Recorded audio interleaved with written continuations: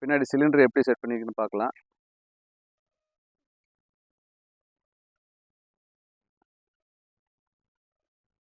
இது ரொட்டேட்டர் 7 அடி ஆகலாம். 7 அடி அகலத்துக்கு கீழே இருக்க ஃப்ரேம் போட்டிருக்கோம். இது ஃபோல்டிங் டைப்பில் இருக்குது. இந்த பக்கம் வேணும் அப்படின்னா இந்த லெவலிங் பிளேட்டை வந்து இந்த பக்கம் திருப்பிக்கலாம். இந்த இடத்துல இப்படி மேலே வராமல் இருக்கிறதுக்கு போல்ட் போட்டு லாக் பண்ணிக்கலாம் 2 சைடுமே.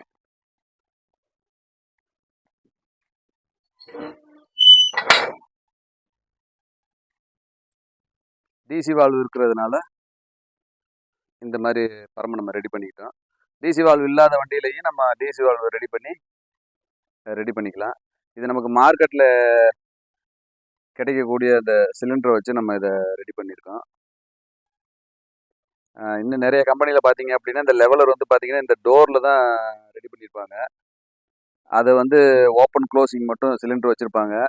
அதனால் எந்த பிரயோஜனமும் இல்லை. இந்த டோர் எப்படி வருதோ அதே மாதிரி தான் வரும். இப்போ நம்ம வச்சுருக்கிறது அப்படி பார்த்தீங்க அப்படின்னா 2 சிலிண்டர் வந்து செப்பரேட்டாக வச்சுருக்கோம்.